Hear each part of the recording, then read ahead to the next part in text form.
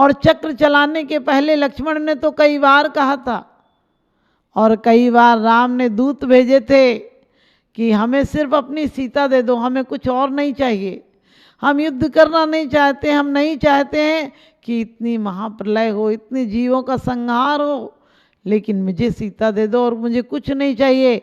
लेकिन रावण का अहंकार कहता था, क्योंकि आचार्य कहते हैं सरल भाव होगा तो मनुष्य गति मिलेगी, लेकिन सरल भाव कहाँ रख पाता आदमी। जब सत्ता और संपत्ति होती तो भूल जाता है दूसरों को, और कहते वो भी रावण भी सत्ता और संपत्ति के अधिकार में भूल गया कि एक भूमि गोचरी मेरा क्या बिगाड़ लेंगे।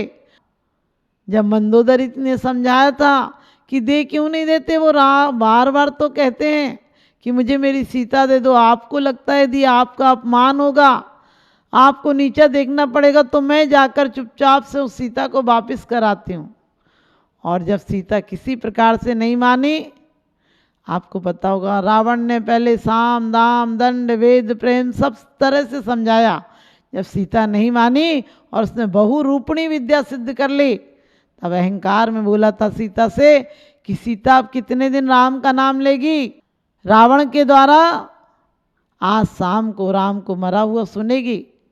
तब सीता ने क्या कहा था कि मैं मर जाऊंगी राम के बिना, आज तक तो मैं राम के कारण अपने प्राण टिकाए थी, यदि कदाचित तो मेरे राम को कुछ हो ही नहीं सकता है, लेकिन कभी हो जाए तो मेरे राम से निवेदन करना कि तुम्हारी सीता क्षण मात्र में प्राण त्याग देगी, तुम्हारी आशा में टिकाए है। और जब ऐसे शब्द सुने सीता के, तो रावण को भी लगने लगा था कि मैं वास्तव में विनाश की चिंगारी ले आया हूँ, विनाश का अस्त्र शस्त्र अपने घर में ले आया हूँ, ये जलती हुई ज्वाला है, स्त्री नहीं है, ये मेरे को किसी प्रकार नहीं मिल सकती है। एक बार मन में आया था, लेकिन अहंकार ऐसा होता है मनुष्य गति में कि वो झुकने नहीं देता है। और कहते हैं मनुष्य गति में सबसे खतरनाक अहंकार होता है। जितनी परेशानियों का जड़ है परिवार में, समाज में और चाहे राष्ट्र में, वह अहंकार है। और उसके कारण रावण बोला था मैं राम को युद्ध में हराऊंगा, उन्हें पराजय करके उन्हें बंदी बनाऊंगा, फिर अपने राज्य में लाऊंगा, उसके बाद उनकी सीता भी वापस कर दूंगा और राज्य भी दे दूंगा। लेकिन आदमी का सोचा हुआ कब होता है। और कहते हवस अरमान इंसान के कभी पूरे नहीं होते, अगरचे दिल से इसका मुद्दा निकले तो अच्छा है। ऐसा रावण का ख्वाब पूरा नहीं हुआ। और क्या हुआ, रावण स्वयं मर गया। और मरते टाइम भी लक्ष्मण ने एक मौका दिया था कि तुम अभी भी सीता दे दो। आखिरी टाइम जब चक्र भी हाथ में आ गया लक्ष्मण के, तब भी उन्होंने कहा था कि हम तुम्हें एक बार फिर समझा रहे हैं कि हमें सिर्फ अपनी सीता दे दो, हमें तुमसे कुछ नहीं चाहिए। लेकिन वो कहते सीता ऐसे ही लोगे क्या, पहले युद्ध करो, कायरता की बातें मत करो। और जब लक्ष्मण ने कहा मेरे हाथ में तेरा चक्र आ गया, तो उसने घमंड में कहा था ऐसा चक्र तो कुम्हारों के यहाँ आ जाता है, क्या करेगा तू, इस चक्र का चलाना भी जानता है अनाड़ी। और जैसे ही उसने ये शब्द कहे थे, वैसे ही लक्ष्मण ने चक्र चला दिया। और जो चक्र उसकी रक्षा का कारण था रावण का, जिस पर उसे अहंकार था, जो उसका देवोपुनीत चक्र था, और कहते हैं जो उसे प्रति नारायण के स्वरूप मिला था, वही चक्र के द्वारा, उसी रावण की जिस चक्र के द्वारा उसको रक्षा होती थी, वही चक्र उसका भक्षक बन गया। क्योंकि पुण्य फले तो सब फले, वनिज खेत व्यापार। जब पुण्य का उदय होता है तो सब कुछ मिलता है, सब अच्छा होता है। जब पाप का उदय होता है तो घर का व्यक्ति भी शत्रु हो जाता है, विभीषण जैसा भाई भी उसे छोड़कर चला जाता है। और आज आपने देखा होगा बनी पर देखिए लाखों निसार होते हैं, और बनी बिगड़ती है तो दुश्मन हजार होते हैं। जब आपका अच्छा मौका होता है तो कहते हैं पास पैसा है तो तू दूल्हा है बाराती है, और गरीबी में नहीं पूछेगा कोई कि कौन बाबा है कौन नाती है। तो इसी प्रकार से हमें शिक्षा लेना चाहिए कि हम किसी का उपकार करें, किसी की भलाई करें। हो सके यदि दुश्मन भी है तो हम अपने मन में बुराई नहीं रखें, क्योंकि ये बुराई की संस्कृति हमें अनेक कालों तक ये श्रृंखला हमें दुख देगी, अपमान देगी, संक्लेश देगी और इस जीवन को भी नरक बना देगी।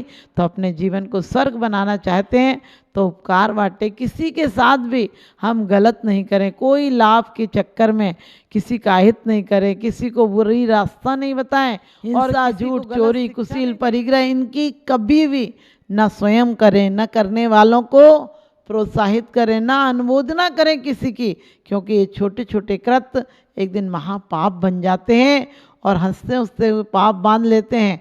जब फल मिलता है तो रोते रोते हुए भी नहीं भोग पाते हैं। हम मनुष्य हैं तो मनुष्य बनने की पूरी सार्थकता प्राप्त करें और मनुष्य जीवन का लक्ष्य यही है कि वो दूसरों का उपकार करे, नारकी जीवों जैसा दूसरों के साथ गलत व्यवहार नहीं करे। और गलत व्यवहार नहीं करेंगे तो हमारा व्यवहार अच्छा होगा, हमारा चारित्र अच्छा होगा।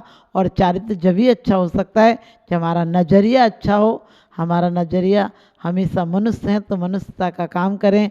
इंसान की इंसानियत गुम हो गई कहाँ, साये में आदमी है मगर आदमी कहाँ। आज आदमी के चेहरे तो हैं लेकिन आदमियत नहीं है। आज दिल पत्थर के हो गए हैं, आदमी बहुत सख्त और कठोर हो गया है। इसके कारण आज दुनिया इतनी दुखी हो गई है। आज हम सब लोग मिल बांट कर खाएं और जीवन का आनंद उठाएं। जो मिला है आपस में एक दूसरों को दें तो वास्तव में आप सबका जीवन भी आनंदमय हो सकता है। परिवारों में एक चीज़ भी है, सब लोग आपस में उपयोग कर लें। एक जेवर है, सब पहन लें तो घर में क्या ज़रूरत है दूसरे जेवर को लाने की। यदि एक टीवी और सब बैठ कर देख लें तो घर का माहौल भी खुशहाल रहेगा और दूसरी टीवी की क्या ज़रूरत पड़ेगी। एक साथ पहले की तरह हम लोग मिल बांट कर रह लें तो आज कोठियों की ज़रूरत नहीं पड़ेगी। पहले कमरे थे लेकिन किलकारियाँ थी, मुस्कान थी, हंसी खुशी का माहौल था। आज कोठियाँ हैं, सब अपने अपने कमरों में कब्रिस्तानों की तरह कैद हो गए हैं। हम कब्रिस्तानों की तरह कैद नहीं हो, हम सब्र के साथ रहें तो हमें स्वर्ग ज़मीन पर दिखाई देगा। और उसके लिए ज़रूरी है हम सौहार्द की भावना लाएं, एक सबके प्रति सम्मान की भावना लाएं, बड़ों के प्रति आदर की भावना लाएं, छोटे के प्रति प्रेम का व्यवहार रखें और समान वालों के साथ, समानता वालों के साथ समादर बड़े अच्छे से पेश आएँ तो हमारा जीवन आज की तारीख में भी अभी सुखी हो सकता है। समय और काल को दोष मत दीजिए, अपने आप को सुधारिए, सब सुधर जाएगा। अपना व्यवहार सुधारिए, सामने वाला अपने आप सुधर जाएगा। क्योंकि हमारे आचार्यों ने कहा है हमारा आभा मंडल का भी बहुत प्रभाव पड़ता है। जब हमारा आभा मंडल शुद्ध होता है, शुद्ध विचारों का केंद्र होता है तो सामने वाला दुश्मन भी, उसके भाव भी बदल जाते हैं। और यही कारण है हमारे तीर्थंकरों के पास जन्म जात बैर विरोधी भी बैर को भूल जाते हैं, दुश्मनी को भूल जाते हैं। तो आप सब भी अपने जीवन में खुशहाली के माहौल में जिएं, आपके जीवन में सुख शांति की बरसात हो, हमारा यही आशीर्वाद है। दिन सुनहरे और रात चांदनी रहें, भले आए जीवन में अमावस लेकिन दिलों में पूर्णमासी रहे। साल में एक आध दिन दीप जलाए तो क्या जलाए, ऐसे जलाओ प्रेम के दीप कि हर दिन दिवाली और होली रहे। वो चाहता है उसका जीवन त्यौहार में रहे लेकिन वो अपने व्यवहार को नहीं सुधारना चाहता है। उसके जीवन में दुख ना आए, सुख रहे। लेकिन हमारे आचार्य कहते हैं दुख आए तो भी सुख की तरह एहसास रहे, यही जीने का आनंद है।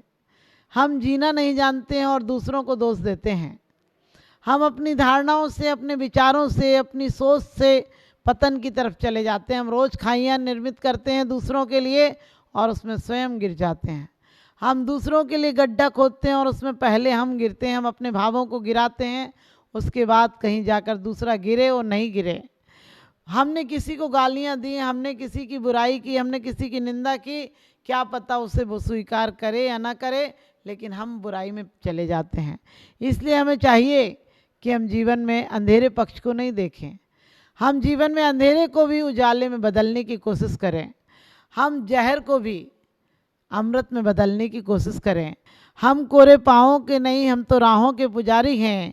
हम चाहों के नहीं, हम तो निगाहों के पुजारी हैं। भोगों की ज़िंदगी किसी और से पूछो, हम तो त्याग और समर्पण की ज़िंदगी वाले हैं। हमारे यहाँ चत्तारी मंगलम कहाँ है। हम जीवन में हमेशा निराश रहते हैं, उदास रहते हैं। क्या करें, हमारे जीवन में बहुत उदासी है, लेकिन कभी ये विचार नहीं करते वो निराशी का कारण क्या है। हमारे अंदर निराशा आने का एक ही कारण है कि हमारी सोच हमेशा नकारात्मक रहती है।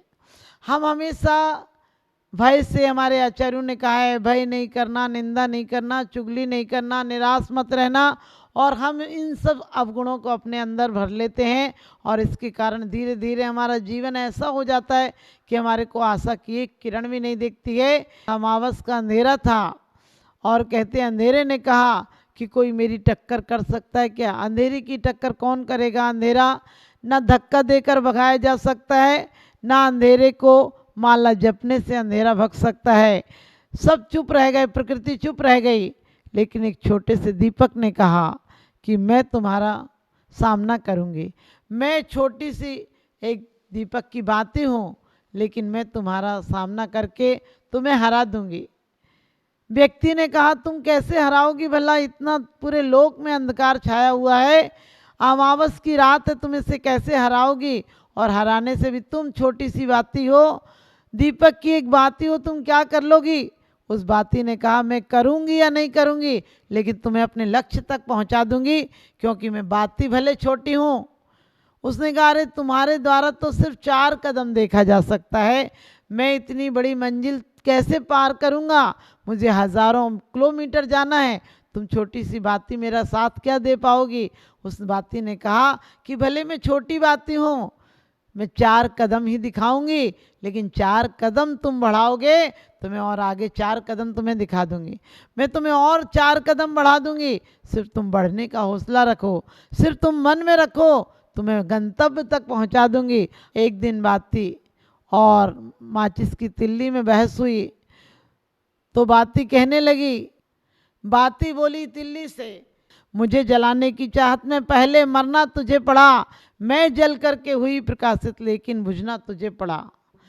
बाती की बातों को सुनकर तिल्ली करने लगी विचार, गैरों के हाथों खेली और नष्ट हुआ मेरा संसार, तेरे संग स्नेह प्रेम था। क्या कहती तिल्ली कि तू मेरे हाथों जली और बड़ी बड़ी बातें बना रही है? तो वो कहती गैरों के हाथों खेली और नष्ट हुआ मेरा संसार, तेरे संग स्नेह प्रेम था, तुझको मरने नहीं दिया, और मेरे मुंह बारूद लगी थी, मुझको जीने नहीं दिया, लेकिन मुझे खुशी है इसकी, मैंने अपना फर्ज निभाया